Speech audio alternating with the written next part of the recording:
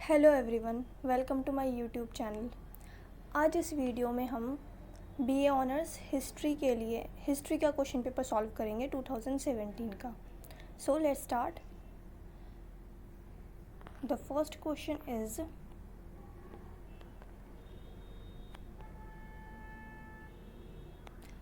PV Sindhu won silver medal in the Rio 2016 Olympics game in. PV Sindhu जो हैं ये कौन से गेम से बिलोंग करती हैं? ये हैं बैडमिंटन प्लेयर। पीवी सिंधु कौन है? पीवी सिंधु हैं बैडमिंटन प्लेयर और इन्होंने सिल्वर मेडल जीता था रियो ओलंपिक्स में 2016 में। ठीक है, तो ये 2017 का क्वेश्चन पेपर है, तो इस उस हिसाब से क्वेश्चंस पूछे गए हैं। ठीक है, उस टाइम पे जो करंट अफेयर्स में था, कुछ क्वेश्चंस करंट अफेयर्स से लिए गए हैं, तो मैं बताती जा रही हूँ। तो अभी जैसे टोक्यो ओलंपिक्स स्टार्ट हुए हैं, तो अभी क्वेश्चन पेपर जो आएगा तो हो सकता है टोक्यो ओलंपिक्स के बारे में पूछ ले। वैसे चांसेस नहीं है, मई तक के पूछेंगे या फिर जून तक के पूछेंगे फिर भी, लेकिन आप लोग जो मेडल्स वगैरह थोड़े पढ़ करके जाइएगा। सो पीवी सिंधु जो हैं वो बैडमिंटन से बिलोंग करती हैं, बैडमिंटन प्लेयर हैं और इन्होंने 2016 में ओलंपिक्स में रियो 2016 ओलंपिक्स में सिल्वर मेडल जीता था। The next question is the epic Ramayana was written by. Ramayana किसने लिखी है? रामायण लिखी है वाल्मीकि जी ने।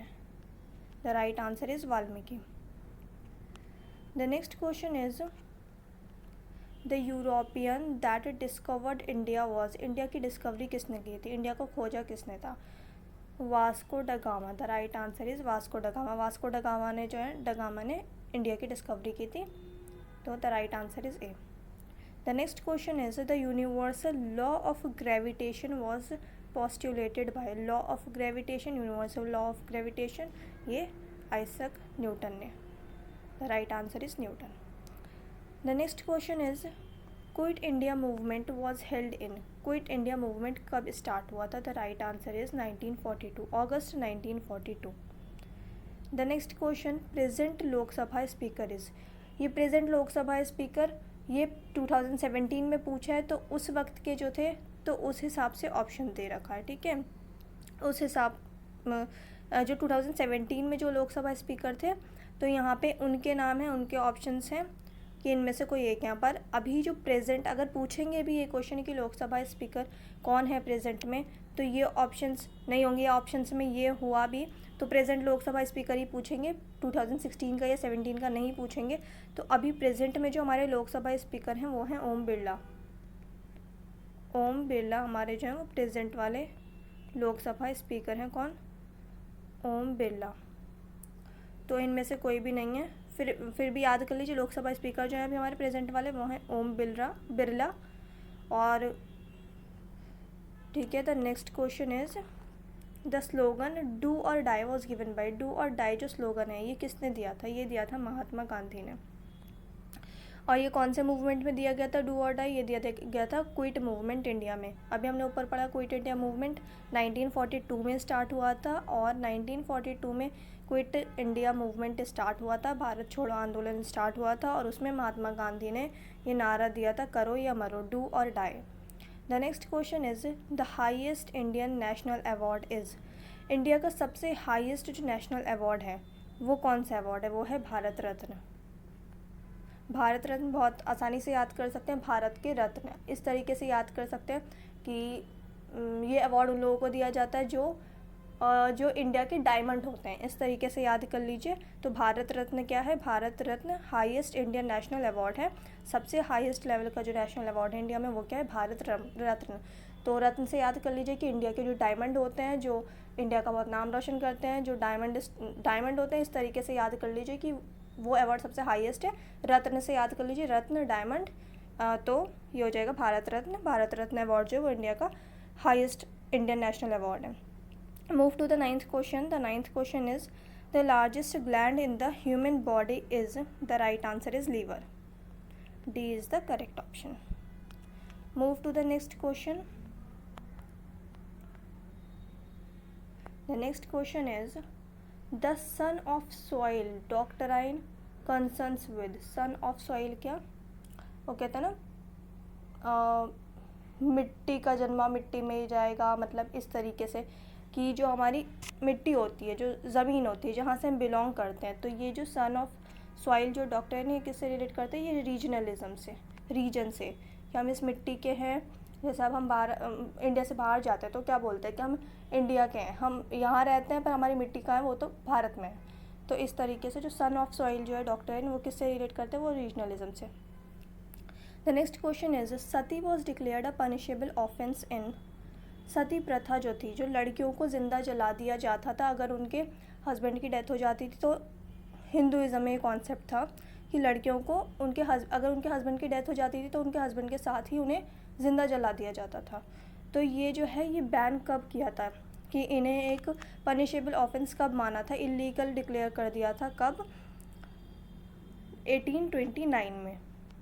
और उस वक्त 1829 में इंडिया क्या था, इंडिया जो था वो ब्रिटिशर्स के अंडर था, और ब्रिटिशर्स के अंडर इंडिया था। और जो उस वक्त गवर्नर जनरल थे इंडिया के, वो कौन थे, वो थे लॉर्ड बेंटिक। तो अगर कभी ये आ जाए कि किसने सती प्रथा को बैन किया था, तो वो किया था लॉर्ड बेंटिक ने। इसीलिए कहते हैं कि अगर अंग्रेज़ जो थे वो भारत के लिए श्राप भी थे, और एक तरीके से क्या बोलते हैं कि वो बहुत सारी चीज़ें हमें दे करके भी गए हैं। ऐसा नहीं कि उन्होंने सिर्फ लिया ही लिया है, बहुत सारी चीज़ें उन्होंने हमें दी है, ठीक है, बहुत सारे अच्छे काम करके भी गए हैं। तो सती जो बैन किया था वो किसने किया था, वो किया था लॉर्ड बेंटिक। कब किया था, 1829 में। 1829 में पनिशेबल ऑफेंस डिक्लेयर कर दिया था सती प्रथा को। So move to the next question. The next question is Indian standard time is the local time of. Indian standard time, ये ज्योग्राफी का क्वेश्चन आ गया, पढ़ा होगा, 6th क्लास में पढ़ा था ये तो ये जो है ये 6th क्लास का क्वेश्चन है, बहुत इजी, बहुत बेसिक क्वेश्चंस होते हैं, ध्यान से पढ़ के जाएंगे तो फर्स्ट लिस्ट में सिलेक्शन हो जाएगा। कोई इतना वो नहीं है कि सिलेक्शन नहीं करवा सकते, काफ़ी इजी क्वेश्चन होते हैं। तो इंडियन स्टैंडर्ड टाइम जो है, ठीक है, वो कहाँ का लोकल टाइम लिया गया है, ठीक है, इंडियन स्टैंडर्ड टाइम को कहाँ का लोकल टाइम लिया गया है, तो वो लिया गया है बेसिकली, वो जो लिया गया है ना, वो लिया गया है मिर्ज़ापुर का। मिर्ज़ापुर उत्तर प्रदेश में एक जगह है इलाहाबाद के पास। तो ऑप्शन में मिर्ज़ापुर तो नहीं दिया हुआ, ऑप्शन में दिया है इलाहाबाद। तो ये एक टाउन है मिर्ज़ापुर, कहाँ, इलाहाबाद के पास। तो the right answer is B, Allahabad. Indian standard time is the local time of Allahabad. The next question is what is the precise time taken by the earth for one rotation. अर्थ को अपनी एक्सिस पे घूमने में कितना टाइम लगता है, तो हम बोलते हैं 24 घंटे लगते हैं। तो वो एग्जैक्ट कितना टाइम लगता है वो पूछा गया है यहाँ पे। तो एग्जैक्ट टाइम जो लगता है वो लगता है 23 आवर 56 मिनट 4.09 सेकेंड। अच्छा से याद कर लीजिएगा। Move to the next question. The next question is the partition of Bengal was revoked by the British government in the year. The right answer is 1911। B is the correct option. तो partition of Bengal हुआ कब था, ये हुआ था 1906 में हुआ था। और अच्छा, और फिर इस चीज़ को वापस कब ले लिया था ब्रिटिश गवर्नमेंट ने, कि बंगाल का पार्टीशन नहीं होगा, ये ले लिया था उन्होंने 1911 में रिवोक कर लिया था, ठीक है। Partition of Bengal was revoked by the British government in the year 1911। The next question is the present chief election commissioner is. Present chief election commissioner, present मतलब उस टाइम का प्रेजेंट, 2017 में जो थे। तो अगर ये क्वेश्चन अभी आता है तो ये अभी वाला ही पूछेंगे, प्रेजेंट में ही पूछा जाता है कि प्रेजेंट वाले कौन है, पुराना नहीं पूछते। तो प्रेजेंट वाले जो हैं वो हैं सुशील चंद्रा, वो हैं सुशील चंद्रा। और ये कौन से नंबर के हैं, ये 24 नंबर के हैं। सुशील चंद्रा जो हैं वो प्रेजेंट चीफ इलेक्शन कमिश्नर हैं इंडिया के, और ये 24 नंबर के चीफ इलेक्शन कमिश्नर हैं हमारे। कब बने हैं ये, 2021 में ही बने हैं, अप्रैल 2021 में ही बने हैं। तो प्रेजेंट चीफ इलेक्शन कमिश्नर कौन है, सुशील चंद्रा हैं। और ये अगर नंबर पूछ लेते हैं कि कौन से नंबर के चीफ इलेक्शन कमिश्नर हैं, तो ये 24 नंबर के हैं, और बने कब हैं, अप्रैल 2021 में। So move to the next question. The next question is the Rowlatt Act was passed in the year. Rowlatt Act कब पास किया था ब्रिटिश गवर्नमेंट ने, ब्रिटिश गवर्नमेंट थी, जाहिर सी बात है उस वक्त, तो 1919 में। ये रॉलेट एक्ट क्या था थोड़ा सा बता देती हूँ। रॉलेट एक्ट ऐसा एक्ट लेके आए थे ब्रिटिशर्स कि किसी भी इंडियन को उठा लेते थे वो लोग, यानी कि पकड़ लेते थे, जेल में डाल देते थे और विदाउट बेल, कि उनसे कोई सवाल नहीं पूछ सकता कि आप इन्हें बेल क्यों नहीं दे रहे हैं या क्यों आपने इनको अरेस्ट किया है। तो वो अपनी मर्ज़ी से किसी को भी उठा करके जेल में डाल देते थे। बहुत ज़्यादा ज़्यादती कर रहे थे, तो बहुत प्रोटेस्ट भी हुआ था इसके बाद रॉलेट एक्ट के लिए। और इसी के बाद रॉलेट एक्ट के बाद ही जो जलियांवाला बाग इंसिडेंट है वो हुआ था, ठीक है। तो 1990 में रॉलेट एक्ट पास किया गया था। The next question is the famous book caste in Indian politics is authored by. Caste in Indian politics book जो है ये किसने लिखी है? ये लिखी है प्रोफेसर रजनी कोठारी ने। Professor Rajni Kothari is the writer of caste in Indian politics. Caste in Indian politics जो बुक है ये किसने लिखी है? लिखी है प्रोफेसर रजनी कोठारी ने। Move to the next question. The next question is the third battle of Panipat was fought during. Third battle of Panipat जो है वो कब हुआ था? वो हुआ था 1761 में। पानीपत की लड़ाइयाँ बहुत पूछते हैं, तो फर्स्ट पानीपत कब हुआ था? फर्स्ट बैटल ऑफ पानीपत हुआ था, ध्यान से सुन लीजिएगा, फर्स्ट बैटल ऑफ पानीपत हुआ था 1526 में। सेकंड बैटल ऑफ पानीपत हुआ था 1556 में। और थर्ड बैटल ऑफ पानीपत हुआ था 1761 में। फर्स्ट बैटल ऑफ पानीपत 1526 में हुआ था, ये किस में हुआ था? इब्राहिम लोदी और बाबर के बीच में। तब लोदी डायनेस्टी थी, लोदी डायनेस्टी फिर ख़त्म हो गई, उसके बाद फिर मुग़ल डायनेस्टी की एस्टैब्लिशमेंट हुई थी, बाबर ने करी थी कब? 1526 में, after the battle of Panipat. Second battle of Panipat कब हुई थी? सेकेंड बैटल ऑफ पानीपत हुई थी 1556 में, ये अकबर ने की थी। और थर्ड बैटल ऑफ पानीपत जो हुई थी वो हुई थी 1761 में। तो पानीपत का बैटल ज़रूर पूछते हैं, फर्स्ट सेकेंड थर्ड कोई भी पूछ सकते हैं, कंपलसरी क्वेश्चन आता ज़रूर है। The next question is the first Muslim president of Indian national Congress. Indian national Congress के फर्स्ट मुस्लिम प्रेसिडेंट कौन थे? फर्स्ट मुस्लिम प्रेसिडेंट थे बदरुद्दीन तैयब जी। इंडियन नेशनल कांग्रेस जो हमारी अभी जो पॉलिटिकल पार्टी है कांग्रेस, वो उसके फर्स्ट मुस्लिम प्रेसिडेंट कौन थे? वो थे Badruddin Tyabji. The next question is the biggest lake in India is. Option में से बताना है कि इनमें से one of the biggest lake कौन सी है? The right answer is Chilika lake. Move to the next question. The next question is gobar gas contains mainly which gas? The right answer is methane. The next question is DPT is a vaccine for. DPT किस चीज़ की vaccine है? वो है diarrhoea, whooping cough and tetanus. The right answer is B, diarrhoea, whooping cough and tetanus. DPT जो है किस चीज़ की vaccine है? वो डायरिया की, वूपिंग कफ की और टेटनस की वैक्सीन है। The next question is Deepa Karmakar is associated with. The right answer is C, gymnastic.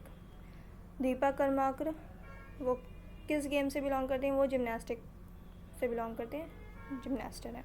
The next question is who is the present HRD minister of India. Present HRD minister, present HRD minister मतलब ये question paper कब का है? ये question paper है 2017 का। तो उस टाइम के जो एजुकेशन मिनिस्टर थे वो कौन थे? पहले ह्यूमन रिसोर्स डेवलपमेंट बोला जाता था मिनिस्ट्री ऑफ एजुकेशन को, अब इसका नाम चेंज करके क्या कर दिया गया है? मिनिस्ट्री ऑफ एजुकेशन, ठीक है। और पहले क्या बोला जाता था मिनिस्ट्री ऑफ एजुकेशन को? Human resource development. तो ये पूछा गया है, कब का क्वेश्चन पेपर है? ये है 2017 का क्वेश्चन पेपर। तो प्रेजेंट पूछा है मतलब उस टाइम कौन थे? तो उस टाइम का अभी नहीं आएगा। अभी कौन है हमारे प्रेजेंट वाले जो हमारे एजुकेशन मिनिस्टर हैं वो कौन है? वो हैं धर्मेंद्र प्रधान। कौन है? धर्मेंद्र प्रधान जो हैं वो हमारे प्रेजेंट वाले। अभी चेंज हुआ है, अभी शफलिंग हुई है मिनिस्ट्रीज़ में। तो अभी कौन है? अभी हैं धर्मेंद्र प्रधान। और अगर ये पूछ लें कि धर्मेंद्र प्रधान से पहले कौन थे, तो अभी लास्ट मंथ शफलिंग हुई है मिनिस्ट्री में, तो अभी बने ही धर्मेंद्र प्रधान एजुकेशन मिनिस्टर। और पहले जो थे वो पहले कौन थे? पहले थे Ramesh Pokhriyal. Okay, move to the next question. The next question is Sakshi Malik won bronze medal in the 2016 Olympics games in Sakshi Malik. उस टाइम पे रियो ओलंपिक्स हुए थे, उस टाइम पे ओलंपिक्स हुए थे 2016 में, तो उससे बहुत ज़्यादा क्वेश्चंस पूछे गए हैं कि ब्रॉन्ज़ मेडल किसने जीता, ऊपर सिल्वर मेडल का आया था, ठीक है। और अभी इनका आया ये वाला जिम्नास्टिक वाला दीपा कर्माकर का। तो इसका जो राइट आंसर है वो है रेसलिंग। साक्षी मलिक जो है वो कौन है, वो रेसलर हैं और इन्होंने ब्रॉन्ज़ मेडल जीता था 2016 ओलंपिक्स में। कौन सी गेम में, जाहिर है रेसलर है तो रेसलिंग में ही जीता होगा। Move to the next question. The next question is when Indian constitution was adopted. Question बहुत घुमा फिरा करके दे देते हैं, घुमा के दे देते हैं। इसमें पूछा गया इंडियन कॉन्स्टिट्यूशन हमने अडॉप्ट कब किया था। अडॉप्ट बहुत अच्छे से क्वेश्चन पड़ेगा और कंफ्यूज करने के लिए 1915 वाले सारे ऑप्शन दिए हुए हैं। द राइट आंसर इज 26 नवंबर 1949 को हमने अडॉप्ट किया था कॉन्स्टिट्यूशन। और जो एनफोर्समेंट हुई थी, जब वो फोर्स में आया था, जब वो लागू हुआ था, तो कब हुआ था, 26 जनवरी 1950 में। और अडॉप्ट कब किया था, यहाँ पे अडॉप्ट मेंशन किया हुआ है, तो हमने अडॉप्ट किया था 26 नवंबर 1949 में, ठीक है। और ये भी पूछ लेंगे, कितनी बार पूछ लेते हैं कि कॉन्स्टिट्यूशन को बनने में कितना टाइम लगा था। तो कॉन्स्टिट्यूशन को एग्जैक्ट टाइम जो लगा था बनने में वो लगा था 2 years 2 months and 18 days। Indian constitution को जो बनने में टाइम कितना लगा था, सॉरी ये थोड़ा वो हो गया, तो टोटल टाइम जो लगा था वो लगा था 2 years 11 months and 18 days, ठीक है। तो कितनी बार पूछ लेते हैं कि कितना टाइम लगा था। तो क्वेश्चन क्या था, when Indian constitution was adopted, adopt किया गया था कब, 26 नवंबर 1949 में अडॉप्ट किया गया था। एनफोर्स किया गया था 1950 में। और टाइम कितना लगा था, टाइम टेकन क्या था कॉन्स्टिट्यूशन बनने में हमारा, ऑलमोस्ट 3 years था। और टोटल टाइम जो था वो था 2 years 11 months and 18 days। Move to the next question. The next question is which state has the largest number of Lok Sabha members. सबसे ज़्यादा लोकसभा सीट्स जो हैं वो किस स्टेट में, वो है उत्तर प्रदेश। उत्तर प्रदेश की सबसे ज़्यादा सीट्स होती हैं लोकसभा में, है भी तो इतना बड़ा। So move to the next question. The next question is panchayat raj was introduced in India. Panchayat raj जो सिस्टम है वो इंडिया में कब आया था, 3 tier सिस्टम में ये आया था 1959 में, ठीक है। और उस वक्त प्राइम मिनिस्टर कौन थे, किन्होंने इंट्रोड्यूस किया था, वो थे Jawaharlal Nehru. Nehru ji first prime minister of independent India, इन्होंने पंचायत राज सिस्टम वो इंट्रोड्यूस किया था कब, 1959 में। Move to the next question. The next question is which is the land of the rising sun. Rising sun, land of the rising sun किस country को बोला जाता है, वो बोला जाता है जापान को। Land of the rising sun क्यों बोला जाता है, क्योंकि सबसे पहले जो सूरज उगता है वो कहाँ उगता है, यहाँ जापान में। ये ज्योग्राफी का कॉन्सेप्ट है, ज्योग्राफी पढ़ेंगे तो समझ आ जाएगा। Land of the rising sun किसे बोला जाता है, ये बोला जाता है जापान को। The next question is the most popular city in the world is. सबसे ज़्यादा पॉपुलेशन किस सिटी में पूरे वर्ल्ड में, तो वो है टोक्यो में। टोक्यो कहाँ है, जापान की सिटी है। और सेकंड नंबर में जो वर्ल्ड पे वो है दिल्ली। फर्स्ट है टोक्यो, सबसे पॉपुलर सिटी है वर्ल्ड में। The next question is seismography is the science of. ये ओ नहीं है, ये ई होगा, क्वेश्चन में ई है यहाँ पे। तो सीस्मोग्राफी इज़ द साइंस ऑफ, ये किस चीज़ का साइंस है, अर्थक्वेक की स्टडी को क्या बोलते हैं, seismography. Move to the next question. The next question is Kathakali dance form is associated with which state. Kathakali dance जो है वो किस स्टेट का है, वो है केरला का।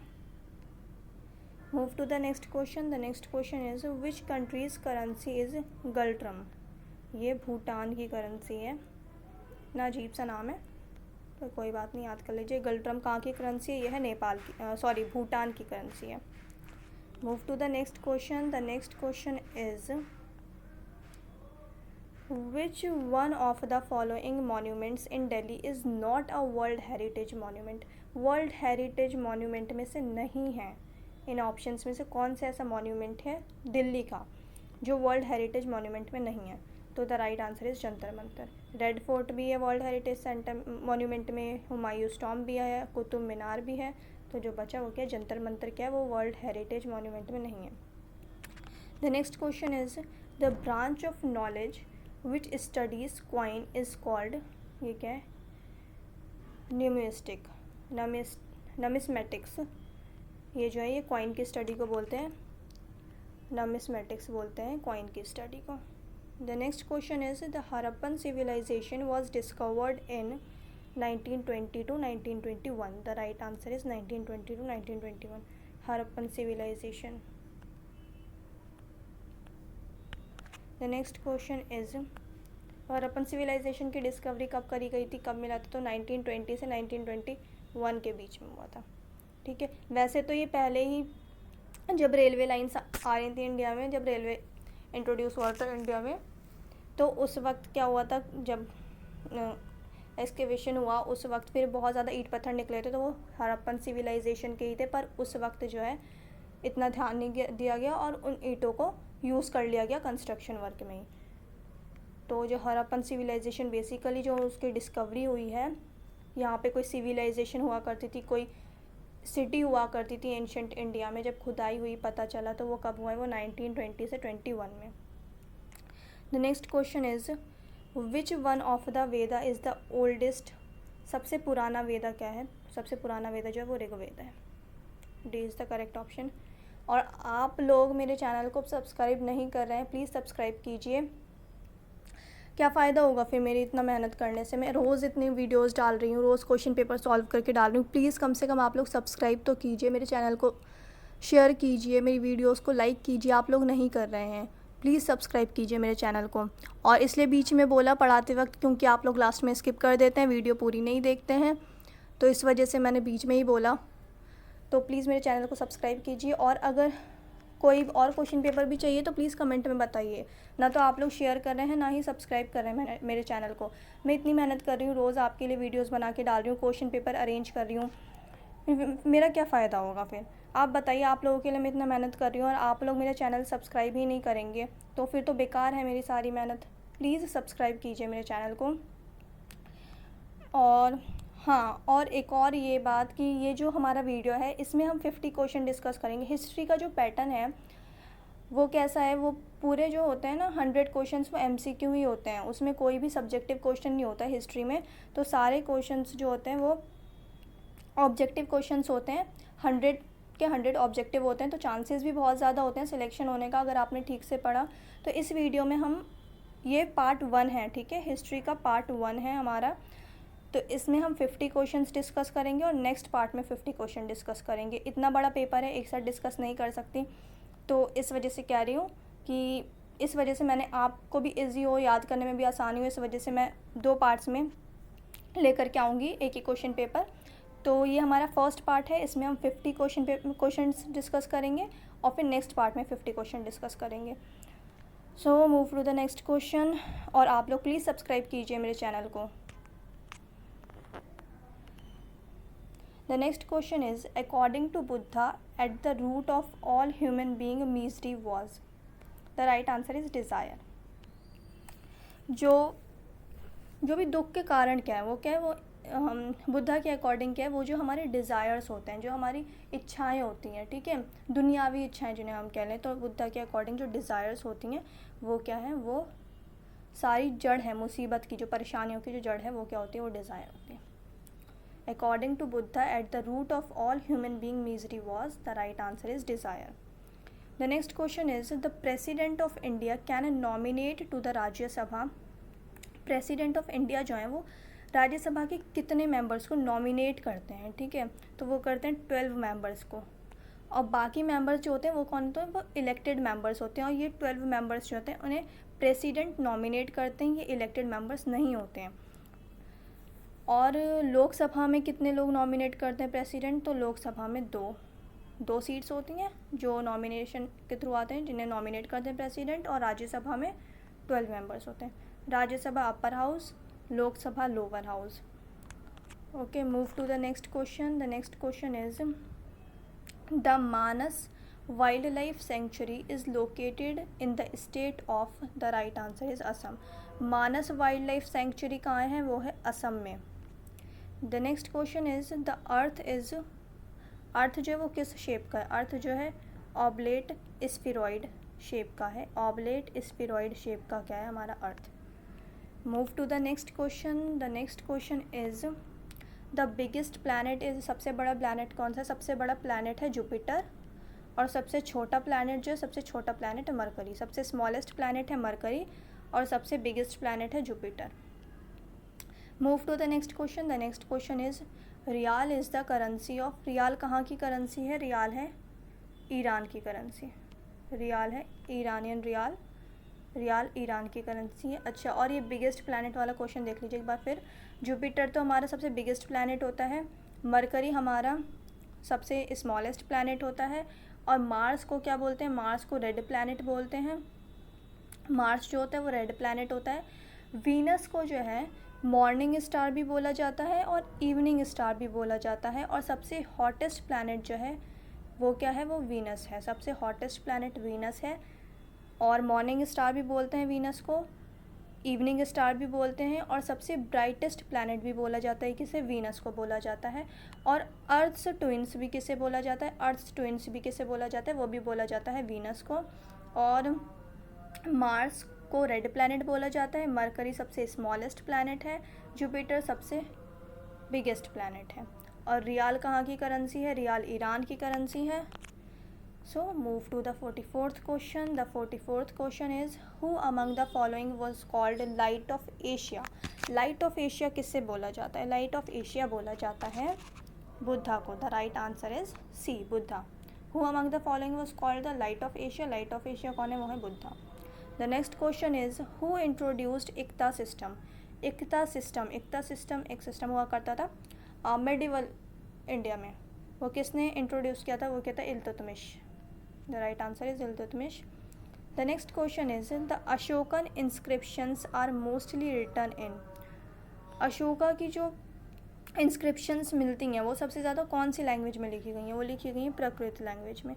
इंस्क्रिप्शंस क्या होता है? अब इंस्क्रिप्शंस होता है जो दीवार जो होती थी उन दीवार के ऊपर लिखवा दिए जाते थे, जो किंग हुआ करते थे उनके मैसेजेस जो हैं, या फिर उनकी जो वॉर्स हैं उनके बारे में, या फिर जो वो अपनी पब्लिक को जो संदेश देते थे, जो ऑर्डर देते थे, वो जो है वो दीवारों पे लिखवा दिया करते थे। तो जो दीवारों पे लिखवाया करते थे उसको क्या बोलते हैं? उसको इंस्क्रिप्शंस बोलते हैं।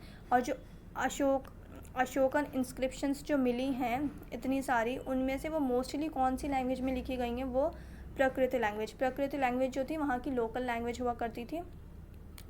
सो इस वजह से प्राकृत लैंग्वेज में लिखी गई ताकि लोगों को समझ आए, ठीक है, कि जो भी किंग है उन्होंने क्या संदेश दिया है, या उन्होंने कोई वॉर जीती है तो कैसे जीते, कहाँ की जीते, कौन सी टेरिटरी अब उनके अंडर आएगी। तो ये सब प्राकृत लैंग्वेज में लिखा गया है, वहाँ की लोकल लैंग्वेज हुआ करती थी।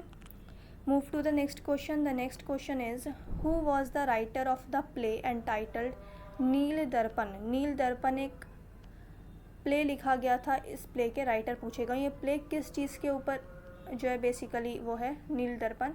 ये एक तरीके का जो एक सिनेरियो हुआ था 1857 में, जो विद्रोह हुआ था, फर्स्ट इंडिपेंडेंस वॉर जो हुई थी, तो ये बेसिकली उससे बिलोंग करता है नील दर्पण। तो ये लिखा किसने था? ये लिखा था दीनबंधु मित्रा ने। Dinabandhu Mitra is the writer of Nil Darpan, Dinabandhu Mitra. The next question is who was the main architect of the tomb of Humayun built at Delhi? जो हुमायूं का टॉम्ब है, हुमायूं टॉम्ब जो है दिल्ली में, इसके आर्किटेक्ट जो हैं वो कौन है? वो हैं Mirak Mirza Ghiyas. The right answer is Mirak Mirza Ghiyas जो है वो आर्किटेक्ट हैं हुमायूं टॉम्ब के। The next question is Atala mosque at Jaunpur was built by. Atala mosque कहाँ है? जौनपुर में है, यूपी में है, और ये कौन से सुल्तान ने बनवाई थी? बनवाई थी शर्की सुल्तान्स ने, शर्की सुल्तान्स।